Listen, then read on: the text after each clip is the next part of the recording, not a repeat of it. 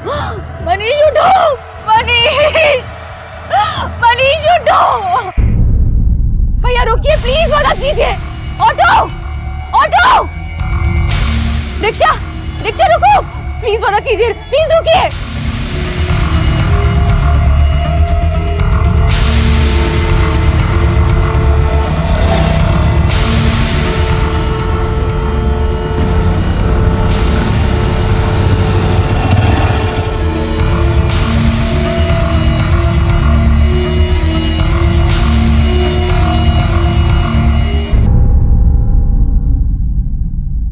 नमस्कार, आदाब।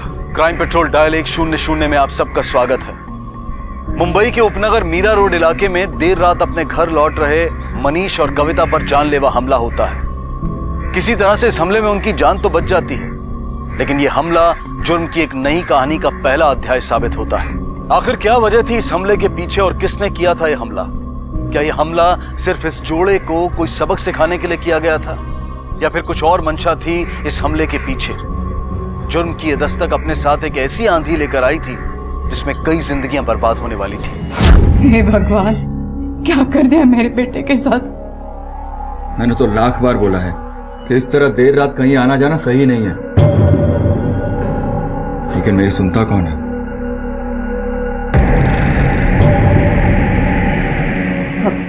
क्या अब पुलिस भी आ गई? बस यही देखना बाकी था।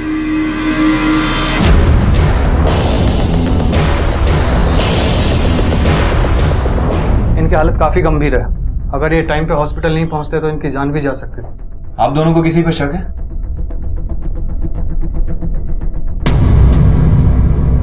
सर हम नहीं जानते कि वो लोग कौन थे और उन्होंने हम पे हमला क्यों किया, हमें नहीं पता। मनीष, इस तरह अचानक हमले की कोई तो वजह होगी, किसी से कोई दुश्मनी? नहीं सर, हम सच में नहीं जानते। आखिर ऐसा कैसे हो सकता है कि आप दोनों ने कुछ नहीं देखा? कम से कम ये तो पता होगा ना कि कितने लोग थे। सर हमें जो पता था वो आपको सब बता दिया है, बस हम पे विश्वास रखिए सर। तुम लोग इतनी रात में कहां से आ रहे थे? सर दोस्त से मिलने गए थे। मनीष को हमलावरों ने इतनी बेरहमी से मारा था कि उनकी जान भी जा सकती थी, लेकिन इसके बावजूद पुलिस की पूछताछ में यह साफ दिखाई दे रहा था कि मनीष और कविता उन हमलावरों को बचाने की कोशिश कर रहे थे। आखिर ऐसी क्या वजह थी कि वो उन्हीं हमलावरों को बचाने में जुटे थे जो उनकी जान लेना चाहते थे? उस रात मनीष और कविता की किस्मत ने उनका साथ दिया और वो बच निकले। देवा, कितनी मार लगा माझ्या मुलांना। आज भी देखकर उनको ऐसा लगता नहीं कि वो बड़े हो गए हैं। जब भी देखो कॉलेज की हरकतें रहती है, कोई नहीं कह सकता कि उसकी शादी हो गई है। जब भी देखो मस्ती में रहते हैं। तो इसमें बुराई क्या है आई? दोनों एक दूसरे से प्यार करते हैं तो दिखाते हैं। अच्छा, अब तू भी कविता की तरह होने लगी है। बच्चों के बारे में क्या सोच रहा है? अरे पोता कब आएगा घर में? आई, हम अपनी खुद की जरूरतें पूरी नहीं कर पा रहे, तीसरे की देखभाल कैसे करेंगे? अब अरे आई, तू चिंता मत कर, तीसरा भी आ जाएगा।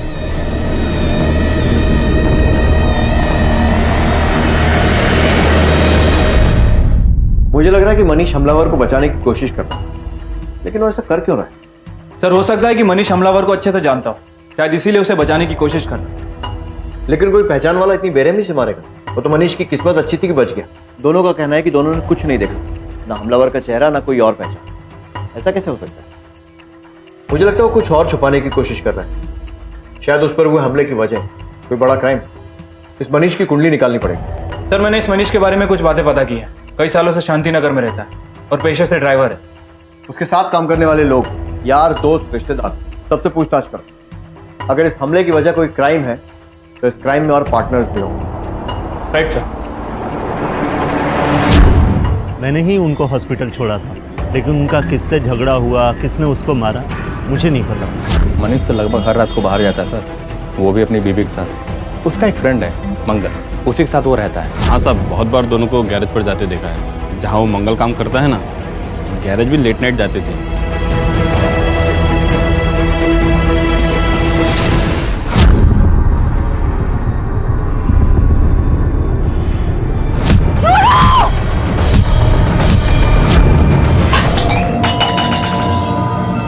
क्या हुआ?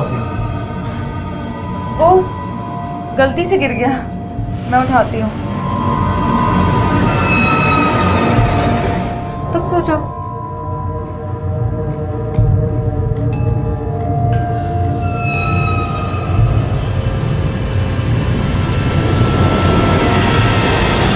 सर हमारी इन्फॉर्मेशन के हिसाब से मनीष और कविता लगभग हर रात गैरेज जाते थे। दोनों हर रात क्यों गैरेज जा रहे थे? ऐसा क्या चल रहा था उस गैरेज में?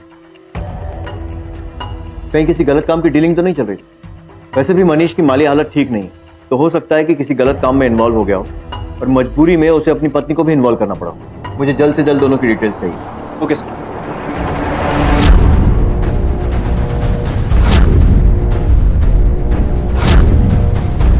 इसको कहीं देखा है? हाँ साहब, ये तो मंगल के दोस्त हैं, आते रहता है कभी कभी यहाँ। कल रात भी आया था ये? कल रात भी आए थे साहब। और ये? मनीष ने बोला था कि वो अपने दोस्त के घर था, लेकिन जब पुलिस ने इन्वेस्टिगेशन की तो पता चला कि मनीष गैराज में था। पुलिस को इस बात का आभास हो गया था कि गैराज में कुछ तो गलत हो रहा था, और फिर एक चौंकाने वाली हकीकत उनके सामने आई। आप लोग? मंगल यादव आप ही हैं? जी हाँ। आज से 2 दिन पहले आपके गैरेज में जिसमें मनीष और कविता आए थे, इन दोनों के बारे में कुछ पूछना था आपसे। जी पूछिए। कुछ डिटेल में बता सकते हैं एक्चुअल में क्या हुआ था उस दिन? हम दोस्त लोग मिले थे और पार्टी वार्टी हुई थी, गेट टुगेदर। यहाँ से जाने के बाद ही उन पर अटैक हुआ था। क्या तुम उस वक्त गैरेज में थे? यस सर, मनीष यहाँ डेली आता है, लेकिन उस पर हुए हमले के बारे में मुझे कुछ नहीं पता। ताला खोलो।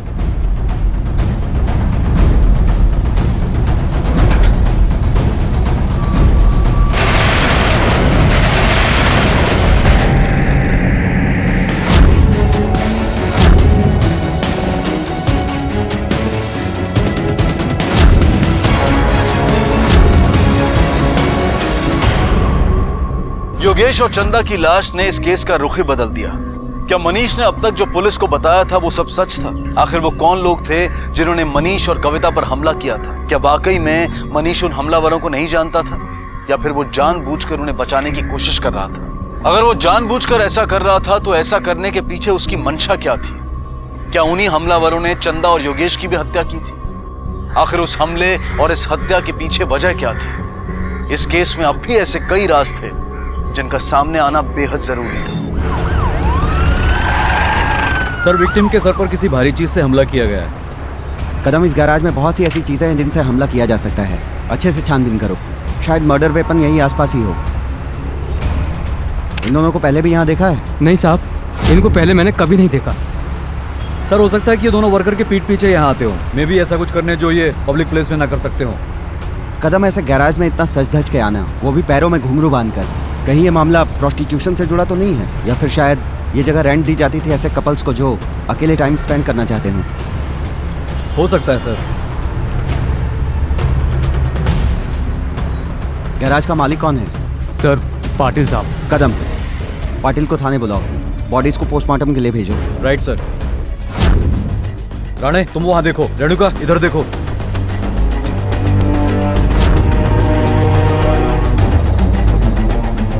राणे, एक पाना गायब है, आसपास ही होगा।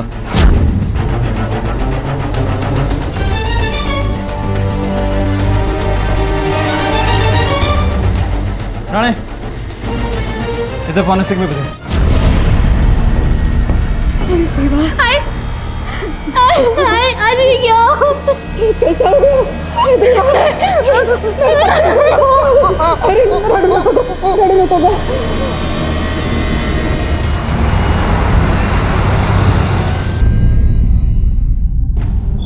मुझे जो पता था वो आपको बता दिया सर। आप बार बार पूछेंगे तो भी मैं यही बता सकता हूँ, इससे अलग कुछ नहीं।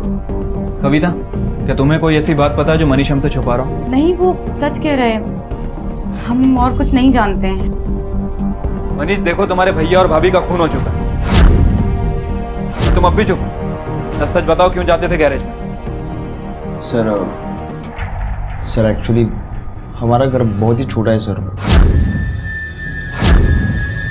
एक दूसरे के साथ वक्त नहीं गुजार सकते, तो हम इसीलिए दोस्त के गैरेज पे गए। पर भैया अभी उस गैरेज पे कैसे पहुंचे वो हमें नहीं पता। कहीं आपसी रंजिश का मामला तो नहीं? हो सकता है कि किसी बात से गुस्सा होकर योगेश ने मनीष पर हमला किया और बदला लेने के लिए मनीष ने योगेश और उसकी पत्नी को मार दिया। कदम आस पड़ोस में पता लगाओ कि ये दोनों भाई मनीष और योगेश इनके रिलेशन कैसे। Okay sir. कैसी बात करें सर, मनीष भाई और झगड़ा बहुत ही शांत स्वभाव था उनका। हाँ, अपने भाई से थोड़ा परेशान रहते थे। दोनों में झगड़े भी होते थे। दोनों भाइयों में झगड़े की वजह? योगेश को मनीष और उसकी वाइफ पसंद नहीं थे सर। ठीक है। जब से मनीष की शादी हुई है ना, तब से दोनों भाइयों में काफी झगड़ा होने लगा है। घर को लेकर भी दोनों भाइयों के बीच में कुछ टेंशन था। मनीष तो इस घर को बेचकर नया घर लेना चाहता था, पर योगेश ऐसा नहीं चाहता था। सर, आदमी अगर अपनी बीवी के दिमाग से काम करने लगे ना, तो गाड़ी रोकने के लिए ब्रेक की जगह पैरों का इस्तेमाल करता है। और यही उसके साथ हुआ। वो तो कविता के लिए कुछ भी करने के लिए तैयार था, यहाँ तक कि अपने भाई से लड़ता था। और कविता को एक छोटा का रास नहीं आता था। पंगे तो बहुत होते थे दोनों भाइयों के बीच में, यहाँ तक कि मारपीट भी होती थी। और हमने कई बार देखा भी है, पर उसके लिए मनीष योगेश का मर्डर नहीं कर सकता सर। वो ऐसा लड़का नहीं है सर। Thank you. शायद चंद्रा किसी तरह के प्रोस्टिट्यूशन में इन्वॉल्व थी। हो सकता है योगेश ने उसे फॉलो किया हो और चंदा की सच्चाई उसके सामने भी आ गई। फिर उसका झगड़ा उस क्लाइंट से हुआ हो जिससे चंदा मिलने गई थी, और बात में बात इतनी बढ़ी कि योगेश और चंदा को अपनी जान से हाथ धोना पड़ा। सर, गैराज के मालिक आए। बुलाओ।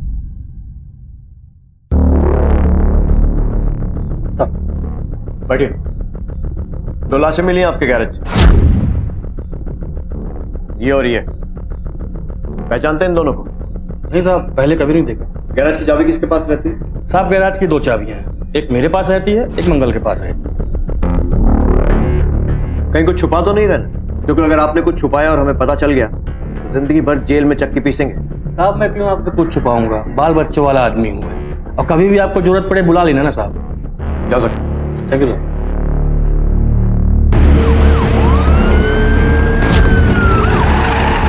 घर से निकलने से पहले क्या बोल कर गए थे? हाँ, वो कोई पिक्चर देखने जा रहे थे। बेटे जरा पानी लाओ। जी अंकल। देखिए ये सब क्यों हुआ और इसके पीछे कौन लोग शामिल हैं, ये पता लगाने के लिए हम सारे एंगल खंगाल रहे हैं। क्या आपको लगता है कि आपकी बहू किसी तरह के प्रोस्टिट्यूशन मतलब वैश्यावृत्ति में शामिल थी? काय म्हणताय साहब तुम्ही? वो मेरी बहू है, इस घर की इज्जत वो ऐसा कुछ नहीं कर सकती। भगवान ने मुंह दिया तो कुछ भी बोल के जाएंगे क्या हमें? हम शरीफ लोग हैं, मुझे कुछ बात करनी नहीं है आपसे। चले जाइए ऐसे, कुछ भी बोलते हैं हमें।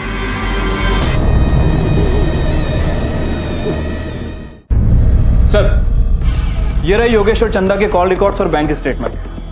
सर, रिकॉर्ड्स के हिसाब से तो ऐसा लगता है कि ये लोग किसी भी गलत काम में इन्वॉल्व नहीं थे।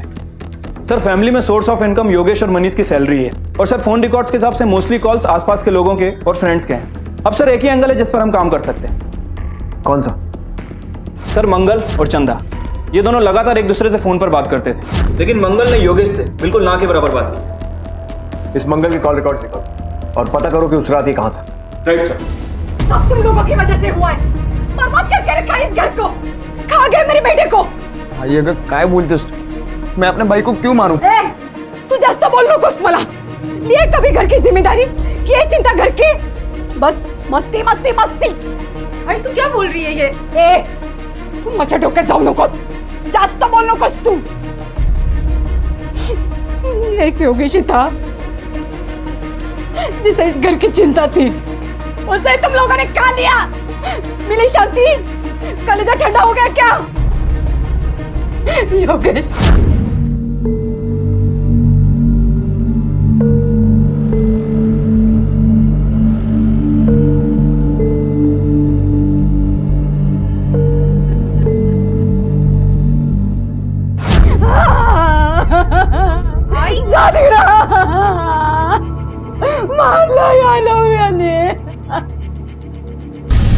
सर, हमारा शक सही निकला।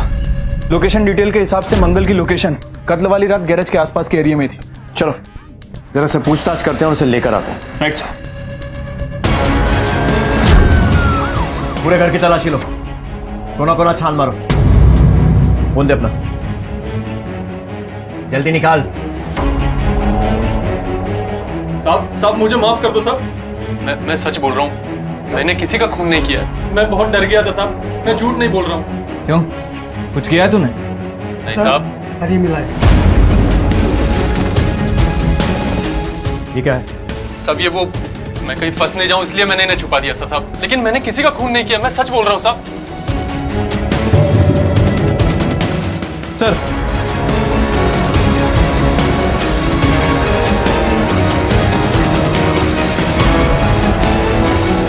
अब ये वीडियो क्या है? सर ये वो सर मारो मत, सर मारो मत, सर मारो मत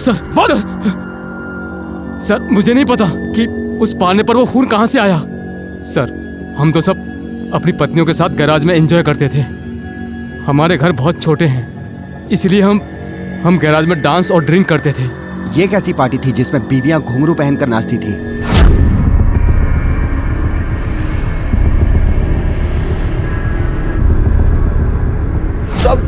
सब मैंने योगेश को नहीं मारा साहब। हाँ साहब, एक बार मनीष से मेरा झगड़ा हुआ था, लेकिन मैंने किसी का खून नहीं किया साहब।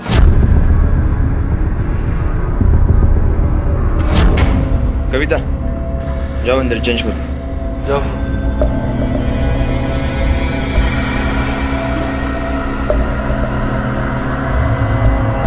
देख मंगल, अगले टाइम से मैं और कविता यहाँ नहीं आए।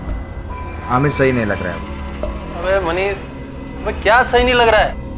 सब कुछ तो इतना अच्छा चल रहा है, एंजॉय करना है यार, क्या है? मुझे नहीं पसंद है ये सब, बंद कर दे यार। मनीष, तूने ये सब शुरू करवाया और अब कह रहा है कि बंद कर दें। ये सब इतना आसान नहीं है, समझा? धमकी दे रहा है मुझे, धमकी दे रहा है। पाटिल का नंबर है मेरे पास। पाटिल को पता चलेगा ना ये सब कर रहा है, तू नचवा रहा है सब, तो तुझे मुजरा करना पड़ेगा। मैं बताऊंगा सब पाटिल को। तू पाटिल को फोन करेगा? तू जानता नहीं मेरा नाम क्या है? मंगल नाम है मेरा, मंगल। और जो मेरे रास्ते में आता है ना, उसका अमंगल शुरू हो जाता है, समझा? और तू पाटिल को अगर फोन करेगा ना, वो जो तेरी बीवी है ना कविता, जो अभी यहाँ मुजरा कर रही थी, उसे मैं कोठे पे मुजरा करवाऊंगा। मनीष चलो चलो।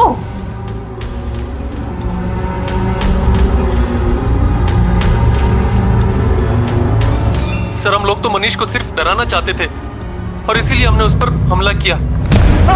मनीष, क्या कर रहे हो तुम लोग? मुझे छोड़ो! मनीष, रुको! मत मारो, मुझे छोड़ो! मनीष!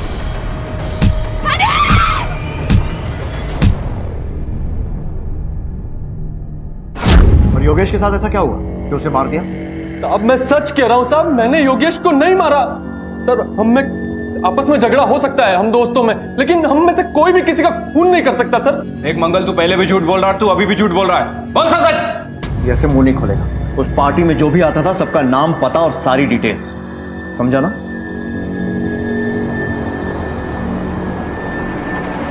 चलो इन सब के घर पे अच्छे से तलाशी लो, सबसे पूछताछ करो।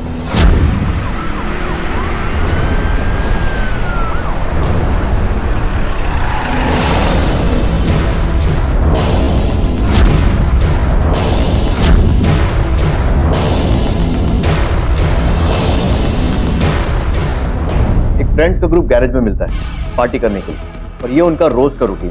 लेकिन योगेश और चंदा उस रात गैरेज में क्या कर रहे थे? क्या वो भी उस ग्रुप का हिस्सा है? और या फिर अगर उनकी अलग से पार्टी चल रही थी तो और कौन कौन इस पार्टी में शामिल थे? कदम, बहुत से सवाल हैं जिनके जवाब ढूंढना बाकी है। सर, मनीष और योगेश में आपस में बनती नहीं थी। सर, थोड़ा मुश्किल लग रहा है कि योगेश और चंदा मनीष के साथ मिलकर पार्टी करते हैं। सोचने वाली बात यह है कि उस परिवार के छोटे लड़के मनीष पर जानलेवा हमला होता है, जिसमें वो बुरी तरह घायल हो जाता है, और मनीष के बड़े भाई योगेश और चंदा की लाश हमें गैरेज में मिलती है।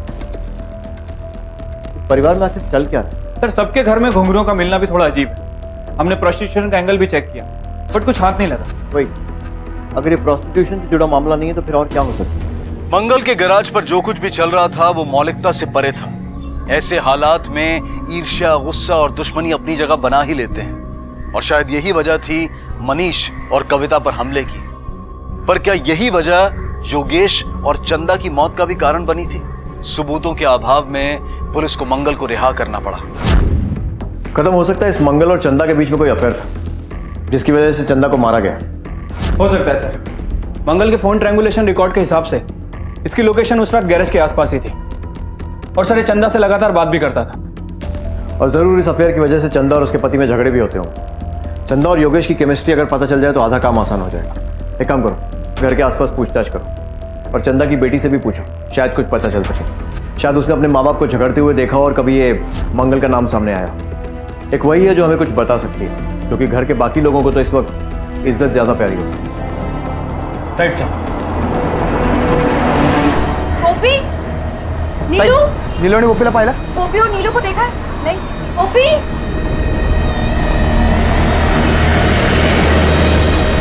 हमें चंदा की बेटी गोपी से कुछ बात करनी है। सर हम अभी के पास आने वाले थे। क्यों? नीले और गोपी सुबह से नहीं मिल रही। पूरे एरिया में ढूंढा लेकिन कहीं नहीं मिली वो। सर, ये केस तो और सेंसिटिव होता जा रहा है। दोनों ही बच्चियां गायब हैं। घर वालों का कहना है कि किसी ने उन्हें अगवा कर लिया। कदम, जरूर उन बच्चियों को कोई ऐसा राज मालूम था जिससे किसी को खतरा हो सकता था, और उस खतरे से बचने के लिए ही उन्हें अगवा किया गया। हमें जल्द से जल्द उनका पता लगाना होगा। पता नहीं किस हाल में होगा। सबसे पहले इस चंदा और मंगल के एंगल को क्लियर करते हैं।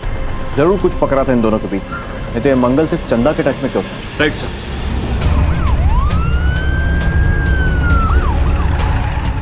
क्या चल रहा था तेरे और चंदा के बीच में? कुछ नहीं सर।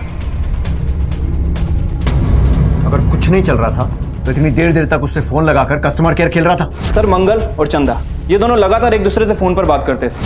हाँ, हेल्पलाइन खोल के रखी है तूने। योगेश को तो कभी फोन नहीं किया तूने इतना। देख मंगल, सब सच सच बता दे, हमें पता है। बोल। सर ऐसा कुछ नहीं था सर। सर, ऐसा नहीं बोलेगा। इसे पुलिस स्टेशन ले जाकर स्पेशल ट्रीटमेंट देना होगा। लेके चल। सर वो मैं बताता हूँ सर वो हेमा और मनीष का चक्कर चल रहा था, और सर ये बात मुझे पता थी, और इसीलिए मैंने चंदा को कॉल करके कहा कि वो मनीष से बात करे।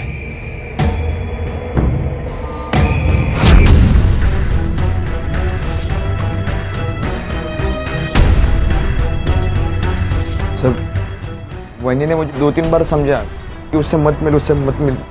मैं मान भी गया सर, लेकिन इससे पहले मैं उससे 2-3 बार मिला। उसके साथ 2-3 बार वक्त गुजारा। कविता, सुन मेरी बात। तुम मेरे साथ ऐसा कैसे कर सकते हो मनीष? ये सब करते हुए तुम्हें एक बार भी मेरा ख्याल नहीं आया? माझं खरंच चुकलं, मला माफ कर। मैं ऐसा नहीं करूंगा, कसम से प्लीज। मैं अब तुम पे कभी भरोसा नहीं कर सकती मनीष। मुझे मालूम है मेरी बहुत बड़ी गलती होगी, लेकिन आइंदा से फिर से नहीं होगा, प्लीज। ठीक है, माफ किया, लेकिन मेरी एक शर्त है। कैसी? जिस तरह तुमने किसी और के साथ अफेयर किया है ना, उसी तरह मैं भी मंगल के पास जाऊंगी। फिर तुम भी मुझे माफ कर देना। हाँ?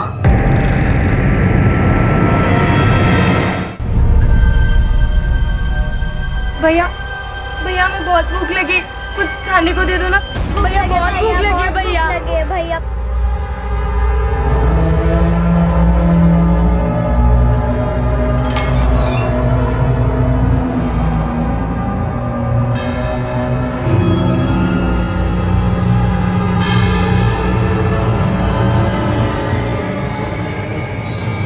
भैया,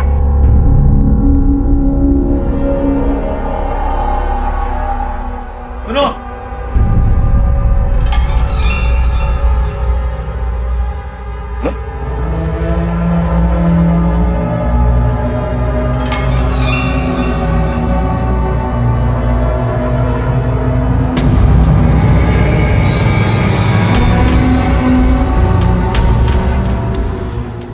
अच्छा सुनो, सोने की जगह है तुम्हारे पास में? नहीं। तो एक काम करो, मेरा ट्रक है, वहाँ जाके सो जाओ। रात में कहाँ जाओगी? जाओ जाओ जाओ।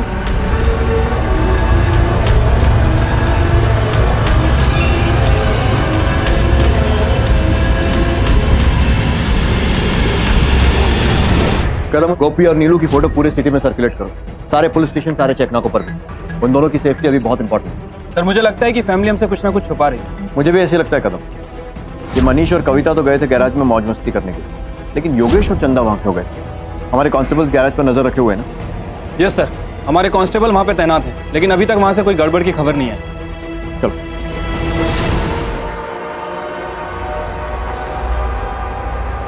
भैया,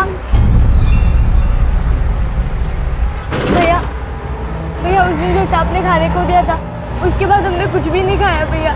बहुत भूख लगी है, प्लीज हमें कुछ खाने को दे दो। मेरे पास पैसे नहीं है। रोज पैसे कहाँ से लाऊं मैं? तो जाओ पहले पैसे लेके आओ, जो तुम बोलोगे वो खिलाऊंगा तुम्हें। जाओ।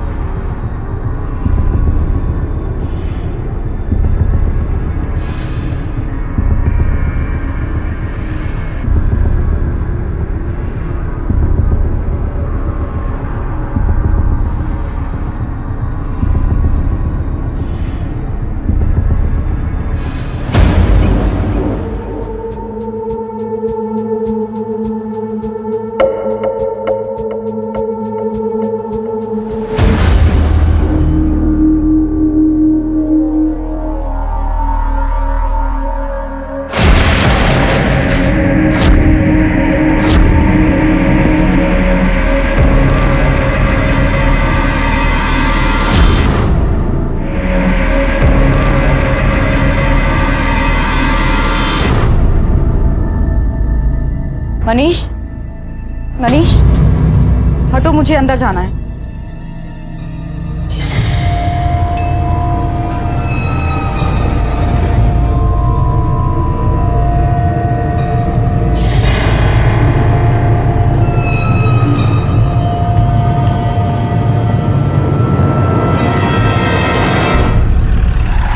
सर, कांस्टेबल राणे का फोन आया था।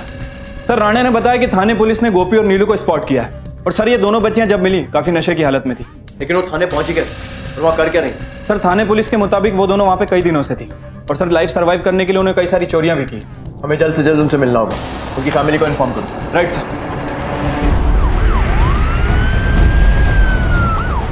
दोनों लड़कियों को पहले नशे की दवाई दी गई है और उसके बाद रेप भी हुआ है, और एक बार नहीं, कंटिन्यूसली कई बार।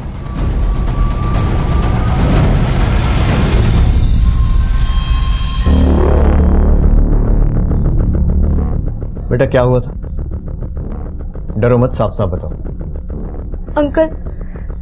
अंकल आंटी के बाद जब मम्मी पापा पे हमला हुआ तो हम बहुत बुरी तरह से डर गए थे। हमें लगा कि हमें भी मार देंगे, इसके लिए हम भाग गए। बेटा आपको किससे डर था? मुझे नहीं पता अंकल, बस हमें डर था। और रास्ते पर क्या हुआ था? वो ड्राइवर अंकल हमें काम करवाते थे और काम के बाद हमें खाना देते थे। खाना खाने के बाद हमें चक्कर आने लगता था। और उसके बाद फिर? चक्कर आने के बाद पता ही नहीं चलता था कि क्या हो रहा है, और फिर हम बेहोश हो जाते थे।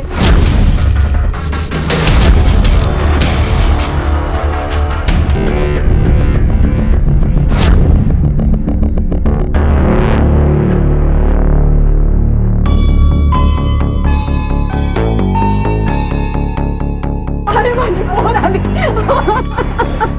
कुठे आले का तू? कशी आहे, कैसी है रे तू? इन दोनों का ध्यान रखिए, दोनों बहुत डरे हुए हैं। पहले माँ बाप की हत्या हुई, फिर ये सब। कहीं ऐसा ना हो कि डर के मारे फिर से भागने की कोशिश करें। नहीं। बेटा मेरे साथ मंदिर चलोगे?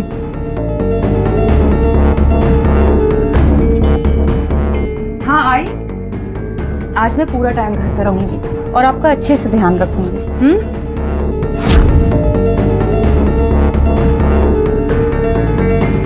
दोनों बच्चों से मिली जानकारी के आधार पर पुलिस ने ड्राइवर का स्केच बनवाया और खबरियों के नेटवर्क के जरिए वो ड्राइवर पकड़ा गया।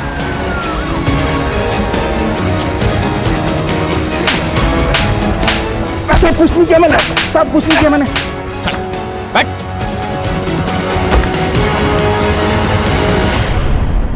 सर, वो ट्रक ड्राइवर पकड़ा गया जिसने दोनों बच्चियों का रेप किया था। सर, उसने कन्फेस किया है कि नशे की दवा देकर उसी ने दोनों बच्चियों का रेप किया था। गुड। कदम, मुझे अभी भी एक बात समझ में नहीं आ रही, ये बच्चियां किस बात से इतना डर गई थी कि अपने ही घर से भाग गई? अंकल आंटी के बाद जब मम्मी पापा पे हमला हुआ तो हम बहुत बुरी तरह से डर गए थे।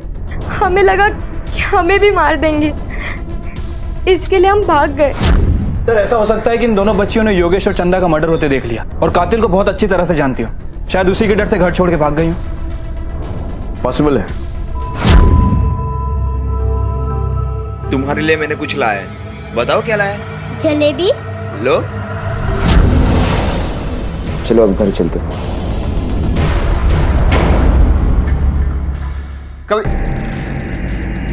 कविता,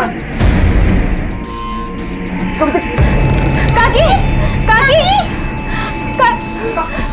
कविता, आखिर क्या रहस्य था कविता, योगेश और चंदा की मौत का? एक ही घर के कई सदस्य मौत के घाट उतर चुके थे। पुलिस की शक की सुई इस कहानी के हर किरदार की तरफ घूम रही थी।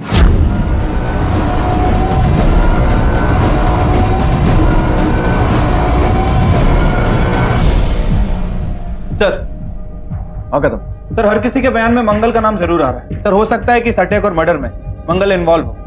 इस मंगल की कुंडली निकलवाओ और अगर जरूरत पड़ी तो उसकी खातिरदारी भी कर दो। Okay sir. साहब, मनीष ने सबके सामने कविता को मारा था। आप किसी से भी पूछ लीजिए। क्यों मारा था मनीष ने कविता को? साहब, क्योंकि क्योंकि वो मैंने सबके सामने झूठ मूठ कह दिया था कि वो मेरे साथ सोई है, जबकि उस रात कविता ने मुझे छूने तक नहीं दिया और मनीष के सामने अपनी धाक जमाने के लिए मैंने उससे झूठ बोला। यार अच्छा हुआ जो तूने वो ब्रोकर के ऑफिस में नौकरी कर ली, ये मस्त पार्टी वार्टी तो होने लगी ना यार। हाँ यार, उस दिन जो गैरेज में हुआ था ना, उसके बाद से तो ऐसा लग रहा था जिंदगी का मजा ही खराब हो गया था। अब लग रहा है रौनक फिर से लौट आई है।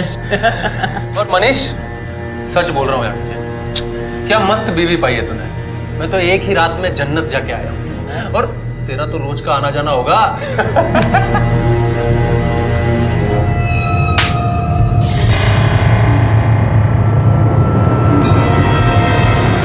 इतना सब होने के बाद भी तुम लोग सुधरे नहीं। गैरेज नहीं तो दूसरे फ्लैट पर मिलते रहे। क्या हुआ था उस रात? कविता को थप्पड़ मारा? हाँ सर, मैंने कविता पे हाथ उठाया था, लेकिन सर मैं उसे सॉरी भी बोला। मुझे लगा कि मैंने भी गलती की है उसके साथ, उसका विश्वास तोड़ा है, तो वो कैसे गलत हो सकती है सर? मैं उसे मार नहीं सकता सर, मैं उसे बहुत प्यार करता था। और ये सब जब हुआ तब मैं मंदिर में था बच्चों के साथ। ठीक है, अभी जाने दे रहा हूँ, लेकिन जब बुलाऊं आ जाना।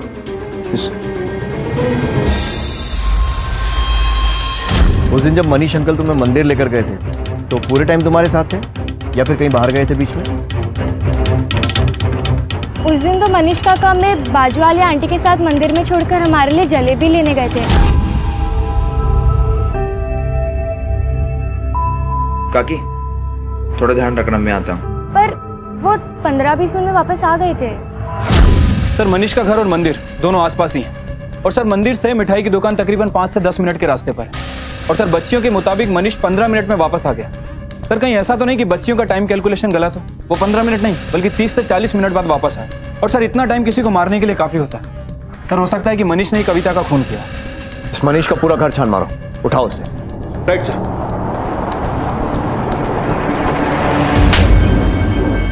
एक मनीष जितना झूठ बोलेगा उतनी मार पड़ेगी। सच सच बोल, क्यों मारा? साहब मेरे बेटे ने कुछ नहीं किया, उसे जेल में क्यों बंद करके रखा है साहब? वो ऐसा कुछ नहीं कर सकता साहब, छोड़ून द्या त्याला। सर क्या बोल रहे हैं आप? मैं सच्ची बोल रहा हूँ, मैंने कुछ नहीं किया सर।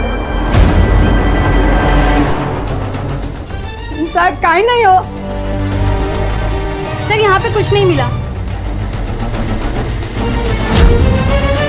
बोलो कविता को क्यों मारा?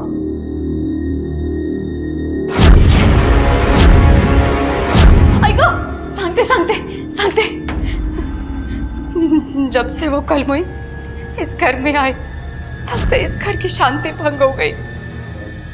इस घर को हमेशा वो छोटा ही समझते थे, वो हमसे अलग होना चाहते थे। उसने मनीष को अपनी तरह बनाना चाहा। वो चाहते थे कि मनीष उसके सब सुने और वो जैसा चाहे वैसा वो करे, पर वो अपने चाल में कामयाब नहीं हुई तो उसने बाहर चक्कर चलाना शुरू कर दिया। मनीष की जिंदगी और हमारे घर का सुकून बर्बाद करके रखा था। दूध का धुला तुम्हारा मनीष भी नहीं है, उसका भी बाहर चक्कर चल रहा था ना? पर वो मर्द है, मर्द कुछ भी करे तो चलता है, औरत कभी मर्दों के बराबर नहीं कर सकती। और मैं नहीं चाहती थी कि गोपी और नीलू इस कलमुई की तरह बने। कविता क्या चल रहा है तेरा? हाँ, रात को तू गैरेज जाती है और सुबह सुबह घर आती है, बच्चों पर कैसा असर पड़ेगा? हाँ आई बस तू रहने दे। हाँ मुझे मत सिखा कि बच्चों पे क्या असर पड़ेगा। मेरे को क्या सिखा रही है तू? हाँ तुझे समझता नहीं है, ये मेरा घर है। हाँ तुझे नहीं समझता ये मेरे पति का भी घर है। मेरे को सिखा रही है, मेरे को सिखा रही है। बोलेगी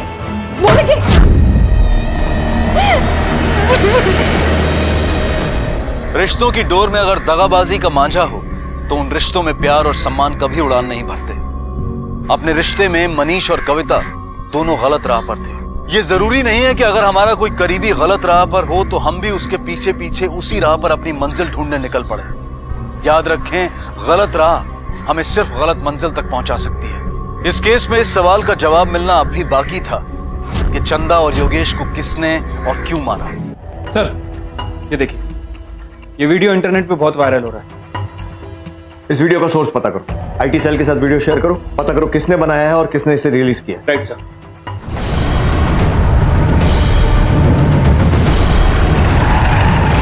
बोल कब बनाया था वो वीडियो? सर वो देख राजीव ने हमें बता दिया है, अब सच सच बोल वरना अपने तरीके से पूछूंगा। बोल। सर वो वीडियो मैंने ही बनाया था, लेकिन उसके दूसरे दिन ही मनीष अंकल के पिटने की खबर की वजह से मैं डर गया और मैं फिर वहां नहीं गया। और किस किस को पता है सीक्रेट डांस के बारे में? सर ये रहे अमित के call details. Sir call details के हिसाब से अमित सच बोल रहा है। सर जिस दिन मनीष पर हमला हुआ उसके एक दिन पहले अमित की लोकेशन गैरेज की थी, और सर उसके बाद वो गैरेज के आसपास भी नहीं गए। कदम गैरेज के आसपास की दुकानों और वहां रहने वाले लोगों से पूछताछ करें। Right sir. और सर एक और इम्पोर्टेंट इन्फॉर्मेशन मिली।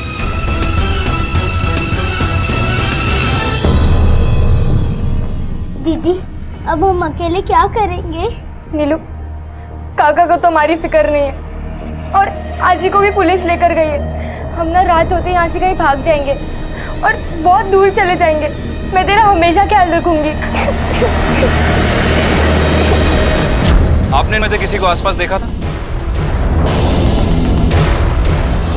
सर शायद मैंने इसको यहाँ देखा सर।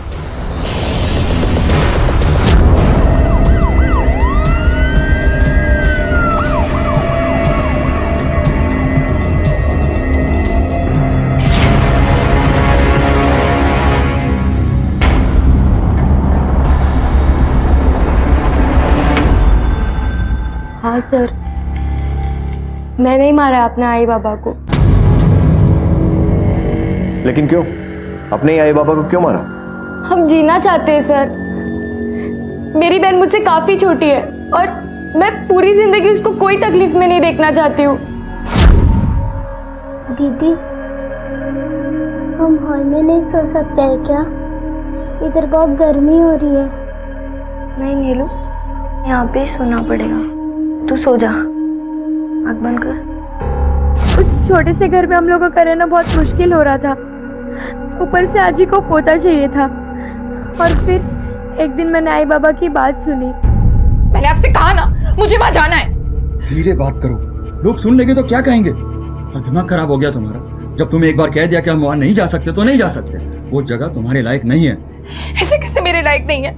जब मनीष और कविता वहां जा सकते तो मैं क्यों नहीं जा सकती? हम क्यों नहीं जा सकते? देखो चंदा, जब मैंने तुमसे एक बार कह दिया कि हम नहीं जा सकते तो नहीं जा सकते। आप ना मुझसे प्यार ही नहीं करते। एक मैं हूँ तो हम दोनों के लिए कुछ समय चाहती हूँ, लेकिन आपको नहीं चाहिए कि हम साथ टाइम व्यतीत करें। चंदा समझने की कोशिश करो, हम नहीं जा सकते। अरे हमारे दो बच्चे हैं, मुझे मेहनत करनी है, पैसे कमाने, उन्हें संभालना है। और तुम, हम इन सब में समय बर्बाद नहीं कर सकते। आप भी घूम फिर के एक ही बात पे आ जाते हैं। घर, परिवार, बच्चे, हमारा क्या? कभी सोचा है?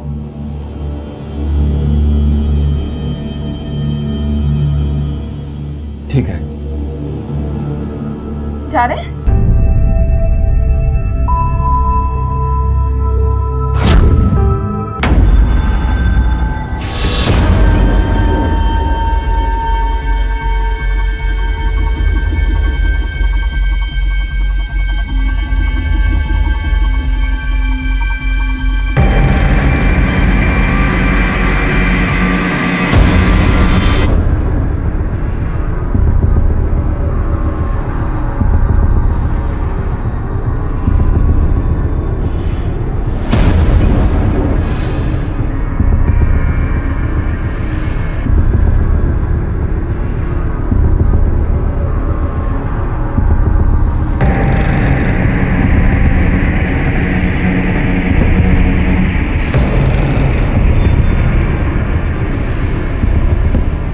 कल फिर आएंगे। मुझे नहीं आना, ये सब बहुत गंदे हैं।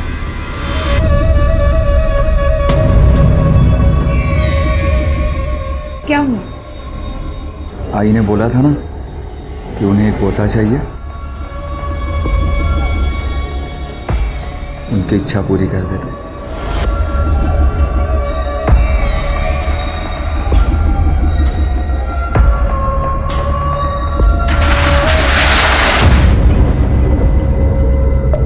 हम दोनों को तो ठीक से पाल नहीं पा रहे हो और लगे हुए दूसरे बच्चे की तैयारी में। तू यहाँ कैसे? और ये क्या तमीज़ है बाप से बात करने की? खुद तो दुनिया भर की अय्याशी कर रहे हो और मुझे तमीज सिखा रहे हो।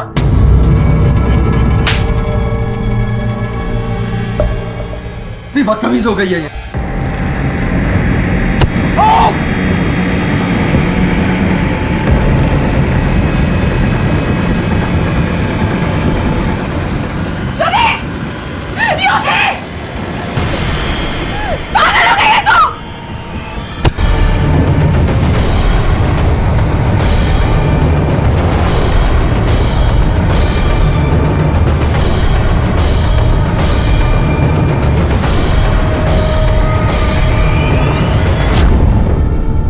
मुझे अपने किए पे कोई पछतावा नहीं है सर।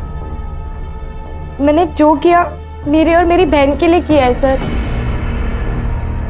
गोपी, तुम्हें अभी सही और गलत की समझ नहीं है, लेकिन इस जुर्म के बाद तुम्हें सोचने का बहुत मौका मिलेगा, और जब तुम थोड़ा बड़ी हो जाओगी तो समझ जाओगी कि किसी भी समस्या का हल जुर्म कभी नहीं होता।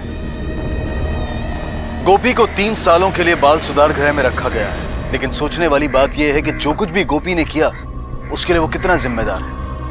क्या ये हमारा फर्ज नहीं बनता कि हम अपने रिश्तों को जिम्मेदारी और ईमानदारी से निभाएं? क्या हमारी जिंदगी में रिश्तों में संवेदनशीलता इतनी कम हो चुकी है? नई सोच के नाम पर हम किसी बुरी चीज को अच्छे और एडवांस सोच का लेबल नहीं लगा सकते।